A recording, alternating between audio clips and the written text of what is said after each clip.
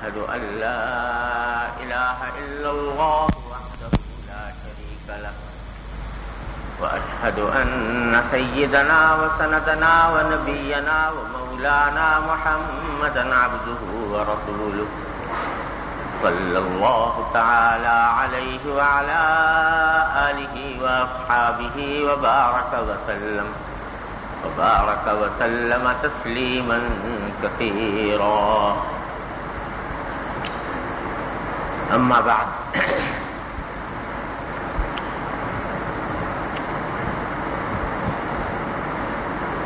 امام بخاری رحمۃ اللہ علیہ ان ابواب میں مریض کی عیادت، بیمار کرسی سے متعلق احادیث اور روایات بیان فرما رہے ہیں.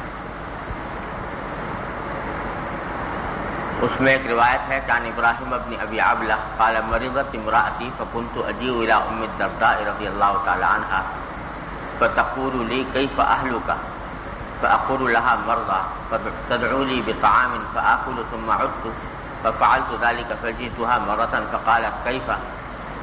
قلت تماثلوا فقالت انما كنت ادعو لك الطعام ان كنت تخبرنا عن اهلك انهم مرضى فاما ان تماثلوا فلا ندعو لك بشيء. یہ ایک تابعی ہیں ابراہیم بن ابی عبلہ رحمۃ اللہ علیہ. وہ روایت کرتے ہیں کہ میری بیوی بیمار ہو گئی تو حضرت ام الدرداء رضی اللہ تعالی عنہا، جو ابو الدرداء رضی اللہ تعالی عنہ کی اہلیہ تھیں، میں ان کے پاس جایا کرتا تھا تو وہ مجھ سے پوچھتی تھی کہ تمہاری گھر والوں کا کیا حال ہے، طبیعت کیسی ہے؟ تو میں ان سے کہتا کہ وہ بیمار ہیں تو وہ میرے لیے کھانا منگوا دیتی تھی کہ تمہارے اہلیہ بیمار ہیں، گھر میں کھانا بنانا مشکل ہوگا تو وہ کھانا میرے لیے منگوا دیا کرتی تھی. میں کھا لیتا تھا اور پھر چلا جاتا تھا.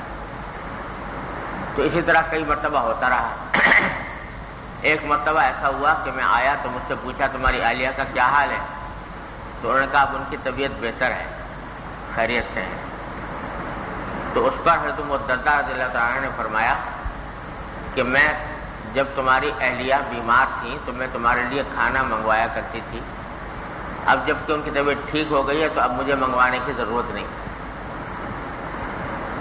اشارہ اس بات کی طرف کر دیا کہ یہ بات مستحب ہے کہ اگر کسی کے گھر والے بیمار ہوں اور وہاں پر کھانا پکانے کا انتظام نہ ہو تو اس کا کوئی دوست، عزیز، پڑوسی اس کے یہاں کھانا بنوا کر بھیج دے تاکہ اس کے کھانے پینے میں دقت نہ ہو.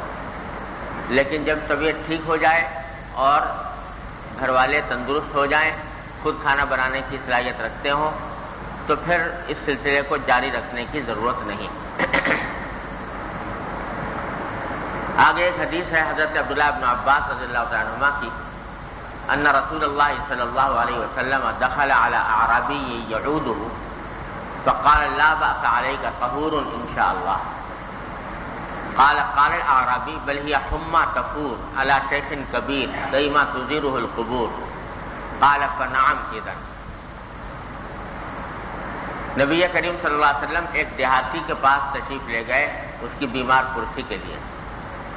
وہ بیمار تھا، حضرت صلی اللہ علیہ وسلم اس کی عیادت کے لیے تشریف لے گئے اور حضرت صلی اللہ علیہ وسلم کا معمول یہ تھا جب کسی کی عیادت کے لیے تشریف لے جاتے تو چند سنتیں رسول کریم صلی اللہ علیہ وسلم کی ہیں جو روایات میں آتی ہیں. ایک تو یہ کہ آپ اس کی پیشانی پر ہاتھ رکھ کر اور اس کے لیے صحت کی دعا فرمایا کرتے تھے. صحت کی مختلف دعائیں رسول کریم صلی اللہ علیہ وسلم سے منقول ہیں. ان میں سے ایک دعا یہ ہے کہ اللہم رب الناس اذھب الباس واشف انت الشافی لا شفاء الا شفاؤک شفاء لا یغادر سقما. یہ اکثر و بیشتر بیماروں کی صحت کے لیے آپ دعا مانگا کرتے تھے. اور ایک حدیث ہے کہ اگر بیمار کے لیے یہ دعا کی جائے اس کی پیشانی پر ہاتھ رکھ کر کہ اسأل اللہ العظیم رب العرش العظیم ان یشفیک، چھوٹی سی دعا ہے اسأل اللہ العظیم رب العرش العظیم ان یشفیک 7 مرتبہ یہ دعا کی جائے. تو حدیث میں رسول کریم صلی اللہ علیہ وسلم نے فرمایا کہ وہ بیمار ضرور تندرست ہوگا ہر بیماری سے سوائے موت کے. اللہ نے موت ہی مقدر کر دیا تو بات دوسری، لیکن اگر اور کوئی بیماری ہے تو اس دعا کے نتیجے میں ضرور چلی جائے گی. تو آن حضرت صلی اللہ علیہ وسلم دعائیں مانگا کرتے تھے اور ساتھ میں یہ فرماتے تھے کہ لا باس طہور انشاءاللہ، کہ یہ جو بیماری آئی ہے تمہاری اس میں کوئی حرج نہیں تمہارے لیے اور کوئی تکلیف کا احساس نہ کرو، کیونکہ انشاءاللہ یہ بیماری تمہارے لیے پاکی کا ذریعہ بنے گی. جیسے پچھلی حدیثوں میں گزر گیا ہے کہ ہر بیماری سے مومن کے گناہ معاف ہوتے ہیں. تو آپ یہ اس کو تسلی دیا کرتے تھے مریض کو کہ لا باس طہور انشاءاللہ، کوئی حرج نہیں، یہ تمہارے لیے انشاءاللہ طہارت کا اور پاکی کا ذریعہ بنے گی یہ بیماری. تو اس میں بیمار کی تسلی بھی ہے اور اس کو اطمینان دلانا ہے کہ اگرچہ اس وقت تمہیں تکلیف محسوس ہو رہی ہے لیکن اللہ جل جلالہ کی رحمت سے امید ہے کہ انشاءاللہ معال کار اور نتیجتاً یہ بیماری تمہارے لیے خیر ثابت ہوگی اور تمہاری گناہوں کی معافی کا ذریعہ بنے گی. چنانچہ جب وہ اس دیہاتی کے پاس آپ تشریف لے گئے تو اس سے بھی یہی کہا کہ لا باس علیک طہور انشاءاللہ، کچھ حرج نہیں، انشاءاللہ تمہارے لیے یہ پاکی کا ذریعہ بنے گی. اب وہ دیہاتی آدمی تھا. دیہاتی آدمی جو ہوتے ہیں ان کے اندر وہ اپنا جو دماغ میں اور دل میں آتا ہے بس وہ کہہ دیتے ہیں اور کسی ادب تہذیب کا کوئی بہت زیادہ لحاظ ان کے یہاں ہوتا نہیں. تو جواب میں اس نے کہا کہ بل ہی حمى تفور علی شیخ کبیر کیما تزیرہ القبور، کہ آپ تو کہہ رہے ہیں کہ یہ کوئی حرج نہیں اور یہ تمہاری گناہوں کی پاکی کا ذریعہ بنے گی، کوئی حرج نہیں، حالانکہ یہ تو زبردست بخار چڑھا ہوا ہے مجھے جو جوش مار رہا ہے، اور یہ بخار بھی ایک بڑے بوڑھے آدمی کے اوپر آیا ہے، اس کو قبر تک لے جا کے چھوڑے گا. یہ کہا اس نے. حضور نے تو ایک طرح سے دعا دی تھی کہ میں اللہ تعالیٰ تمہارے لیے ایک پاکی کا ذریعہ بنائے. تو اس نے کہا جی نہیں، یہ جو ہے بخار ایسا نہیں ہے، یہ تو بہت سخت بخار ہے اور بہت جوش مار رہا ہے اور بوڑھے آدمی پر آیا ہے اور اس کو پھر قبر پر لے جا کے چھوڑے گا. تو جب اس نے یہ بات کہی تو آپ نے فرمایا فنعم اذن، کہ اچھا پھر یوں ہی صحیح جیسے تم کہہ رہے ہو. میں تو تمہیں دعا دی تھی اور دعا کے نتیجے میں ہو سکتا ہے کہ اللہ تبارک و تعالیٰ تمہیں شفا بھی دے دیتے اور تمہاری گناہوں کی معافی کا بھی ذریعہ بنتا، لیکن تم نے اس دعا کو قبول نہ کیا. تو اس واسطے اب پھر جب تم یہ کہہ رہے ہو کہ یہ بخار تمہیں قبر تک لے جا کے چھوڑے گا تو پھر یوں ہی صحیح. یہاں حدیث تو یہاں پر ختم ہو گئی ہے، لیکن بعد میں دوسری روایات میں آتا ہے کہ چنانچہ ایسا ہی ہوا کہ اسی بخار میں اس اعرابی کا انتقال ہوا، کیونکہ حضور اقدس صلی اللہ علیہ وسلم نے فرما دیا تھا کہ فنعم اذن، پھر ایسے ہی صحیح، تو پھر ایسے ہی ہوا. تو بزرگوں نے فرمایا کہ اگر کوئی بڑا آدمی اللہ والا کوئی دعا دے تمہیں یا تمہاری کسی حالت کی کوئی توجیح کرے تو اس کو رد نہ کرو. یہ اللہ تعالیٰ کی طرف سے ایک نعمت، اللہ والے کے زبان پر اللہ تعالیٰ وہی بات جاری فرماتے ہیں جو اللہ تبارک و تعالیٰ کرنا چاہتے ہیں. تو اس واسطے اب اگر تم اس کو رد کر دو یا اس کی تردید کرنی شروع کر دو تو اس میں پھر اندیشہ ہے کہ اللہ بچائے، دنیا میں بھی وبال کا اندیشہ ہے اور آخرت میں بھی وبال کا اندیشہ ہے. اللہ والوں کے ساتھ معاملہ کرنے میں بہت احتیاط سے کام لینا چاہیے. نبی کریم سرور عالم صلی اللہ علیہ وسلم کا معاملہ تو بہت ہی بلند ہے، سارے کائنات میں آپ سے زیادہ کسی کی دعا مقبول نہیں. لیکن جو اور بزرگ ہوتے ہیں اللہ والے، ان کے ساتھ بھی کہ جب وہ بات کوئی کہہ رہے ہیں، تمہیں کوئی تسلی دے رہے ہیں تمہیں کوئی دعا دے رہے ہیں تو اس کا استقبال کرو، اس کو اپنے حق میں غنیمت سمجھو، فعل نیک سمجھو، بلکہ جو وہ پیشکش کر رہے ہیں اس کو قبول کر لو، وہی تمہارے حق میں بہتر ہے، اور رد کرنا یہ ٹھیک نہیں۔ یہاں تک بزرگوں نے فرمایا کہ بعض اوقات ایسا ہوتا ہے کہ کوئی اللہ والا بزرگ جو ہے وہ تمہیں کسی ایسی بات کی پیشکش کرتا ہے جو تمہیں بظاہر اس کے ادب کے خلاف معلوم ہو رہی ہے، ادب کے خلاف معلوم ہو رہی ہے، لیکن پھر بھی اس کی بات مان لو، تعمیل حکم میں وہ کام کر لو، چاہے تمہیں ادب کے خلاف معلوم ہو رہا ہو۔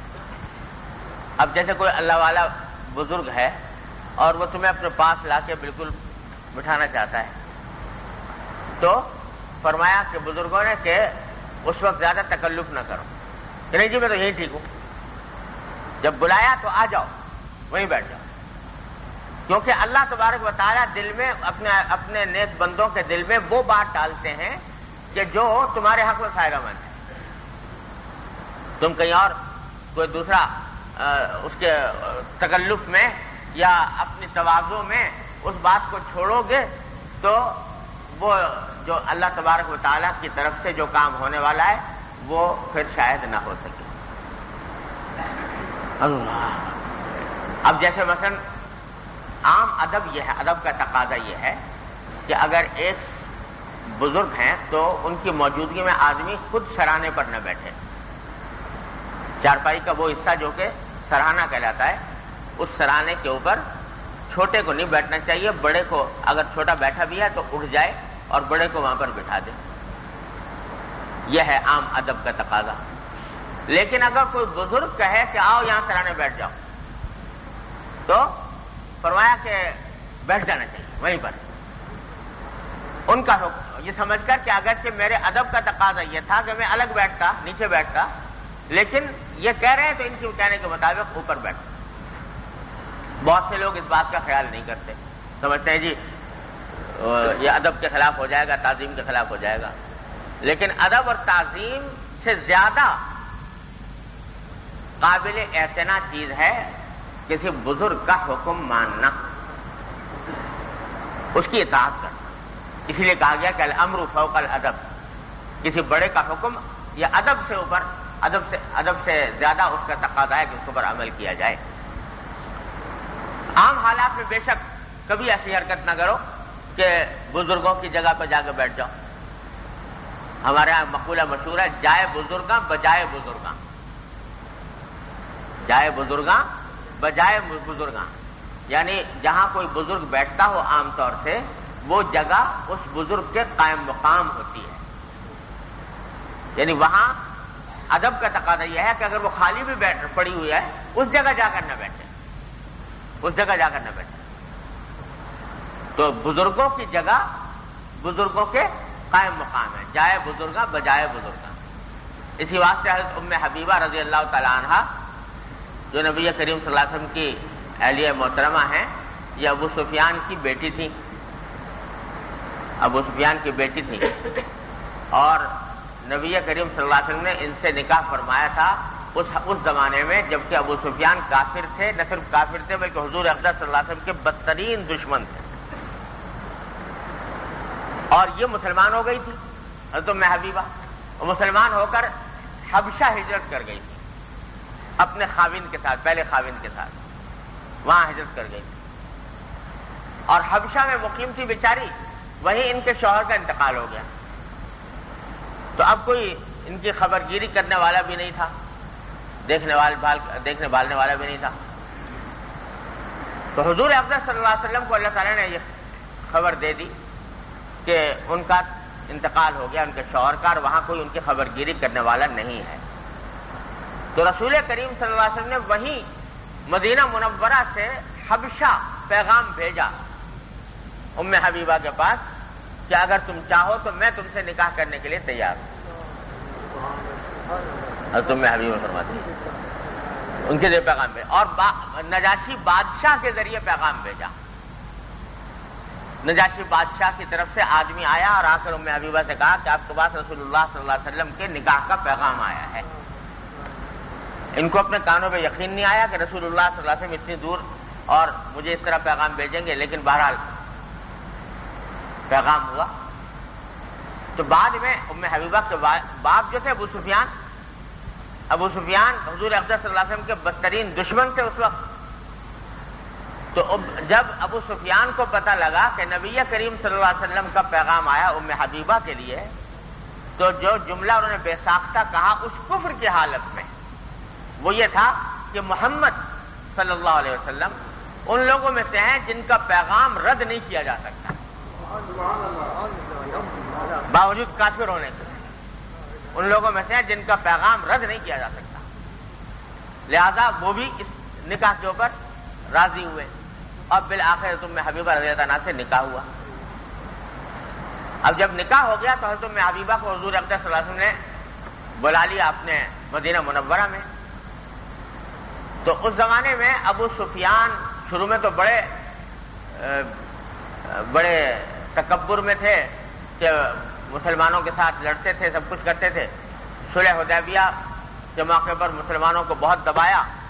اس کے بعد صلح حدیبیہ کے کچھ عرصے کے بعد ایک مرتبہ ایسا ہوا کہ انہوں نے خود عہد شکنی کر دی ابو سفیان کے لوگوں نے۔ تو حضور اقدس صلی اللہ علیہ وسلم نے فرما دیا کہ اب عہد ٹوٹ گیا، اب کسی وقت ہم تم پر حملہ کر سکتے ہیں۔ اب ان کو خطرہ تھا کہ کسی وقت حضور نے اگر حملہ کر دیا تو ہمارا تیا پانچا ہو جائے گا مکہ مکرمہ میں، ہم مقابلہ نہیں کر سکیں گے۔ تو یہ حضور سے دوبارہ مصالحت کرنے کے لیے مدینہ منورہ آئے چپ کے اور سوچا کہ میری بیٹی موجود ہے، ان کے گھر میں جا کر ٹھہروں گا اور حضور اقدس صلی اللہ علیہ وسلم سے بات کر کسی طرح کوئی سفارش کراؤں گا۔ تو حضرت ام حبیبہ رضی اللہ تعالیٰ عنہا کے پاس پہنچے اپنی بیٹی کے گھر۔ تو خیر بیٹی نے استقبال کیا۔ اچانک استقبال کرنے کے بعد حضرت ابو سفیان جو ہیں وہ حضور اقدس صلی اللہ علیہ وسلم کے بستر پر بیٹھنے لگے۔ حضور تو سب موجود نہیں تھے، بستر تھا حضور اقدس صلی اللہ علیہ وسلم کا، تو حضور کے بستر پر بیٹھنے لگے۔ تو اچانک حضرت ام حبیبہ تیزی سے آگے بڑھی اور بستر حضور تک کھینچ لیا، ابو سفیان نے پوچھا، نے دیکھا کہ بیٹی نے بستر ہٹا دیا ہے تو بڑا تعجب ہوا۔ ابو سفیان نے پوچھا کہ یہ بستر میرے لائق نہیں یا میں اس بستر کے لائق نہیں؟ یہ تم نے جو بستر ہٹایا ہے تو بستر میرے لائق نہیں یا میں بستر کے لائق نہیں؟ تو ام حبیبہ نے کہا کہ ابا جان بات یہ ہے کہ یہ بستر ہے جناب رسول اللہ صلی اللہ علیہ وسلم، اور اس نبی کریم سرور دو عالم صلی اللہ علیہ وسلم کے بستر پر میں کسی ایسے شخص کو بیٹھنے کی اجازت نہیں دے سکتی جو ابھی تک ایمان کی دولت سے محروم ہے، تو اس واسطے میں نے یہ بستر ہٹایا ہے۔ تو کہنے لگے ابو سفیان کہ اے رملہ نام تھا حضرت ام حبیبہ کا، کہ اے رملہ تم کتنی بدل گئی، میری بیٹی ہو مگر کتنی بدل گئی کہ مجھے بستر کے اوپر بیٹھنے کی بھی اجازت نہیں دیتی۔ لیکن بات کیا تھی؟ وہی جو میں نے عرض کی کہ جائے بزرگاں بجائے بزرگاں، کہ بزرگوں کی جگہ وہ بزرگوں کے قائم مقام ہوتی ہے، جب تک وہ موجود ہیں تب تک تو وہ خود ان کی تعظیم و تکریم واجب ہے، لیکن جب وہ موجود نہیں تو ان کی جگہ پر جا کر بیٹھنا یہ ایسا ہی ہے جیسے کہ ان کو اٹھا کر بیٹھ جانا، جیسے وہ بدتمیزی ہے، بد تہذیبی ہے، ایسے ہی ان کی جگہ کا احترام بھی ہے، جائے بزرگاں بجائے بزرگاں۔ تو نبی کریم صلی اللہ علیہ وسلم کی جگہ تھی، اس واسطے تو ابو سفیان حضرت ام حبیبہ نے بیٹھنے نہیں دی۔ تو عام حالات میں ایک آدمی کو یہی چاہیے کہ وہ کسی بزرگ کی جگہ کا بھی احترام کرے اور اس جگہ جا کر نہ بیٹھے۔ میں چھوٹا بچہ تھا، یہ جملہ جو ہے یہ جائے بزرگاں بجائے بزرگاں، یہ مجھے میرے ایک استاد نے سکھایا۔ میں چھوٹا بچہ تھا، 10-12 سال عمر ہوگی، تو حضرت والد صاحب رحمۃ اللہ علیہ کی گھر کے اندر ایک جگہ بنی ہوئی تھی جہاں بیٹھ کر وہ تصنیف تعلیف کرتے تھے یا لوگوں سے ملتے تھے۔ تخت کے اوپر، تخت پہ بیٹھتے تھے حضرت والد صاحب عام طور سے، تخت کے اوپر ایک گاؤں تکیہ بیٹھا۔ میں ایسے بے خیالی میں جا کے ان کے اس جگہ پہ بیٹھ گیا. والد صاحب موجود نہیں تھے, تکیہ لگا ہوا تھا, وہاں جا کے تکیہ لگا کے اور آرام سے بیٹھ گیا جا کے. تو ایک استاد تھے ہمارے, اب انتقال ہو گیا ان کے, اللہ تعالیٰ ان کے درجات بلند فرمائے, وہ ہمیں فارسی پڑھایا کرتے تھے.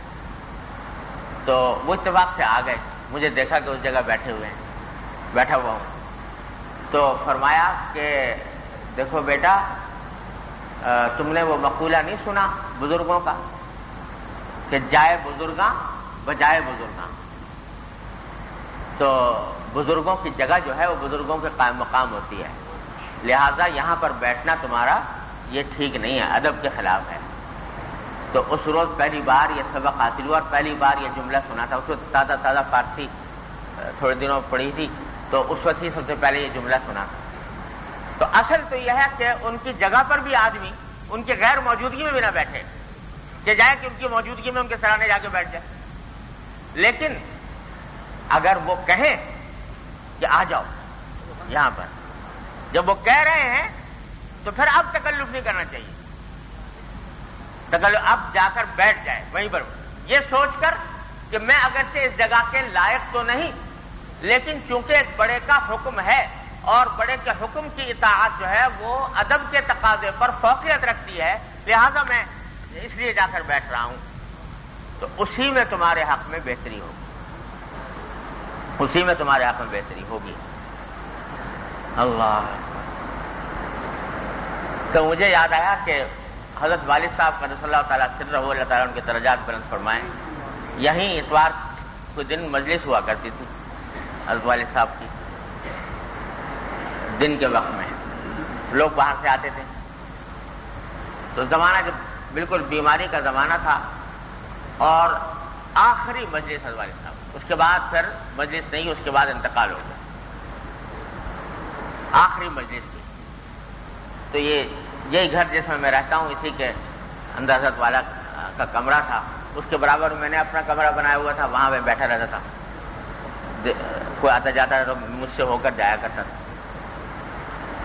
تو اتوار کے دن لوگ, کیونکہ حضرت والد صاحب اتنے بیمار تھے کہ باہر تشریف نہیں لا سکتے تھے, لہذا کمرے کے اندر ہی مجلس. تو کمرے میں دری بچھا دی, وہاں پر لوگ آ گئے, کچھ فین میں بیٹھ گئے, کچھ کمرے میں بیٹھ گئے, کچھ میرے کمرے میں چھوٹے کمرے میں بیٹھ گئے, اس طرح لوگ بیٹھے ہوئے تھے. تو میں لوگوں کو انتظامات کے اندر مشغول تھا, تو کچھ دیر ہو گئی مجھے مجلس کے اندر پہنچنے. جب دیر ہو گئی میں دروازے سے داخل ہوا, ساری مجلس بیٹھی ہوئی تھی, اس دروازے سے میں داخل ہوا. تو حضرت والد صاحب بیٹھے ہوئے تھے چارپائی پر تکیہ لگا. تو چونکہ میں جگہ مجھے مل نہیں رہی تھی بیٹھنے کے آس پاس کہیں, تو حضرت والد صاحب نے فرمایا کہ یہاں آ جاؤ میرے پاس, چارپائی کے پاس, چارپائی کے اوپر. اب مجھے تکلف ہوا کہ سب لوگ نیچے بیٹھے ہیں, میں جا کے حضرت والد صاحب کے ساتھ چارپائی میں بیٹھ جاؤں. اور دوسرے یہ کہ جانے کے لیے لوگوں کی گردنیں بھی پھلانگنی پڑتی, راستہ واسطہ بنانا. تو میں کچھ تذبذب میں تھا, کیا کروں. ایک طرف ذہن میں یہ بھی تھا کہ والد صاحب بلا رہے ہیں تو مجھے جانا چاہیے, اور دوسری طرف یہ تھا کہ لوگوں کو پھلانگ کے کیسے جاؤں, کہ تذبذب کی حالت تھی. کہا کہ آ جاؤ پھر تمہیں ایک قصہ سناؤں. تو میں پھر کہیں سے کسی طرح کچھ راستہ بنا کر پہنچ گیا. والد صاحب یہاں بیٹھے ہیں, میں یہاں بیٹھ گیا, یہاں مجھے بٹھا لیا. پھر کہا ایک قصہ سناتا ہوں تمہیں. قصہ سنایا یہ کہ ایک مرتبہ حضرت, یا علماء سے تعلق رکھنے والا ہی کہے گا, عام آدمی مسلمان بھی اس کی یہ, جیسے السلام علیکم ہر ایک آدمی کہتا ہے, اسی طریقے سے ہر مسلمان یہ کیا کرتا تھا کہ چھینک آئی اور الحمدللہ کہا. لیکن اب تربیت کے فقدان کی وجہ سے یہ جملہ بہت کم سننے میں آتا ہے, کسی کو چھینک آئے اور اہتمام کرے الحمدللہ کہنے. حالانکہ در حقیقت یہ بڑی عجیب نعمت ہے چھینک پر الحمدللہ کہنا. حدیث میں آتا ہے کہ نبی کریم صلی اللہ علیہ وسلم نے فرمایا کہ چھینک جو ہے یہ رحمان کی طرف سے ہے. العطاس من الرحمن والتثاؤب من الشیطان او کما قال صلی اللہ علیہ وسلم. یہ چھینک جو آتی ہے یہ رحمان کی طرف, اللہ تعالیٰ کی طرف سے ایک نعمت ہے. اور یہ جمائی جو آتی ہے, جمائی یہ شیطانی ہے. سستی پیدا کرتی ہے انسان کے اندر. لیکن عطاس یعنی چھینک جو ہے یہ رحمان کی طرف سے اللہ تعالیٰ کی رحمت ہے. یہ چھینک اللہ تعالیٰ ہی جانتے ہیں. رحمان فرمایا نبی کریم صلی اللہ علیہ وسلم. اللہ تعالیٰ یہ نہیں کہا العطاس من اللہ, رحمان کے اسم گرامی کے ساتھ ذکر کیا. یعنی یہ اللہ جل جلالہ کی طرف سے بندے پر رحمت کی ایک علامت ہے. کیا کیا اس کے اندر فوائد ہیں, کیا کیا اس کی برکات ہیں, ہمارے سمجھ میں بھی پوری نہیں آ سکتی. ویسے صحت والے یعنی طب والے کہتے ہیں کہ چھینک آ جانا عام حالات میں یہ انسان کے لیے صحت کے لیے بہت مفید ہوتا ہے. لیکن اس کے علاوہ کیا کیا رحمتیں ہیں اللہ تبارک و تعالیٰ کی وہی بہتر جانتے ہیں. نبی کریم صلی اللہ علیہ وسلم فرمائے عطاء من الرحمن. جب یہ نعمت ہے تو اس نعمت کا تقاضا یہ ہے کہ جب یہ نعمت حاصل ہو تو فوراً آدمی کہے الحمدللہ, تمام تعریفیں اللہ کی ہیں, شکر ہے اللہ کا. ہر نعمت پر شکر ادا کرنا چاہیے. یہ بھی نعمت ہے, اس کے اوپر بھی شکر. اور جب شکر کرے گا تو شکر اتنی عظیم عبادت ہے کہ اللہ تبارک و تعالیٰ اس کے بدلے میں اور نعمتوں سے باریاب فرماتے ہیں. لئن شکرتم لأزیدنکم.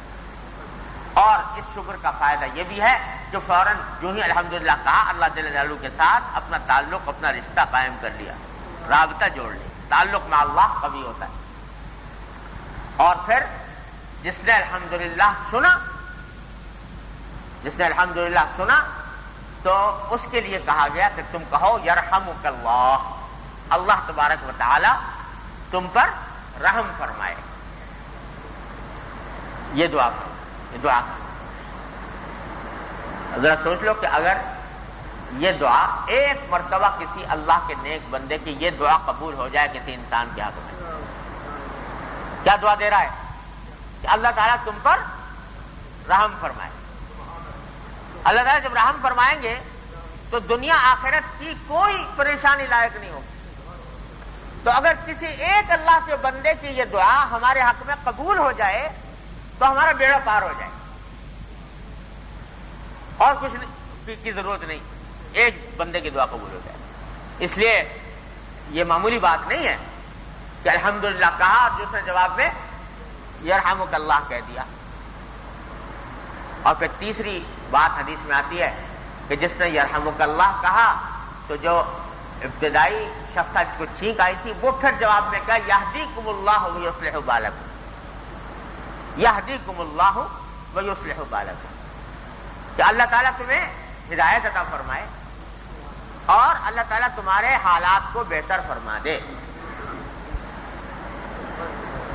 اب اندازہ کیجئے کہ مسلمان کے ایک مسلمان کے لیے دوسرے مسلمان کے لیے اس سے بڑھ کر اور کیا تحفہ ہوگا.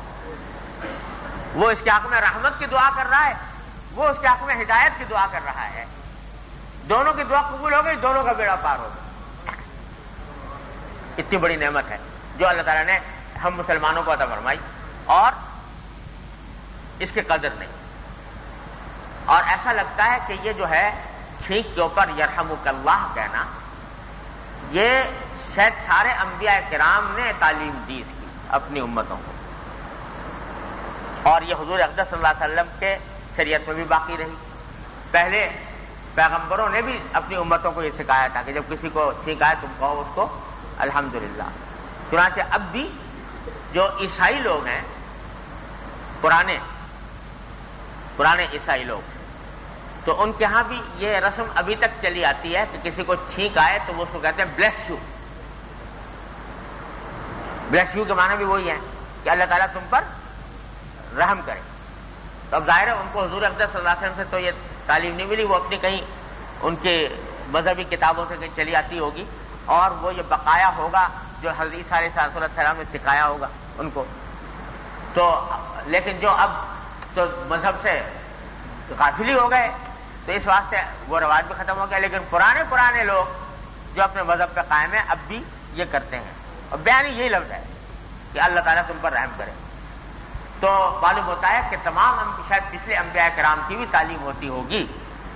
تو یہ وہ چیز ہے کہ جس کو اللہ جل جلالہ نے تمام انبیاء کرام کی شریعتوں میں رکھا, تشمیت العاطف. اللہ تبارک و تعالیٰ نے اس میں یقیناً کوئی ایسی خیر ہے کہ ہر نبی اپنے امتیوں کو تعلیم دے رہا ہے کہ یہ کہا کرو، تو یہ کوئی معمولی بات نہیں۔ یوں اور بات ہے کہ مفتی سے پوچھو کہ واجب ہے کہ نہیں، تو وہ مفتی جواب میں یہ کہہ دے کہ بھئی واجب نہیں ہے مثلا، لیکن یہ خیر کی وہ بات ہے جو نبی کریم صلی اللہ علیہ وسلم نے اپنے امتیوں کے لیے سکھائی ہے، لہذا اس کا اہتمام کرنا چاہیے۔ یرحمک اللہ۔ امام ابو داؤد رحمۃ اللہ علیہ کا واقعہ لکھا ہے کہ صرف اتنا ہی نہیں کہ وہ یرحمک اللہ کہنے کا اہتمام کرتے تھے، بلکہ اس بات کا اہتمام کرتے تھے کہ جس شخص سے کہہ رہے ہیں یرحمک اللہ وہ سن بھی لے۔ چنانچہ ایک مرتبہ ان کا واقعہ لکھا ہے کہ جا رہے تھے کہاں کسی دریا کے کنارے، تو دریا کے دوسرے پار کسی شخص کو چھینک آئی، اس نے الحمدللہ کہا، تو اتفاق سے ادھر سے ہوا کا رخ ادھر تھا تو ان کو آواز سنائی دے گئی۔ تو اب یہ اگر یرحمک اللہ کہیں تو اس کو آواز سنائی نہیں دیتی کیونکہ ہوا کا رخ مخالف ہے، تو ان کو احساس ہوا کہ میں اگر کہوں گا تو وہ دوسرا سنے گا نہیں، تو باقاعدہ کشتی میں سوار ہوئے، دریا پار کیا، وہاں جا کر کہا یرحمک اللہ۔ تو صرف اتنا ہی نہیں کہ کہہ دیا، بلکہ اس کو اس بات کا اہتمام کیا کہ وہ سنے۔ یہ وہ لوگ ہیں کہ جو سباق الی الخیرات، کہ کہیں ایسا نہ ہو کہ شبہ رہ جائے اس بات میں کہ میرا یہ یرحمک اللہ کہنا یہ صحیح ہوا بھی کہ نہیں ہوا، یہ شبہ رہ جانا بھی پسند نہیں کیا، اور اتنی مشقت اٹھائی، کشتی میں سوار ہو کے جا کر کہا۔ تو اللہ تبارک و تعالیٰ اپنی رحمت سے ان تمام فضائل اعمال کو ہمیں ان کی قدر کرنے، ان پر عمل کرنے کی توفیق عطا فرمائے۔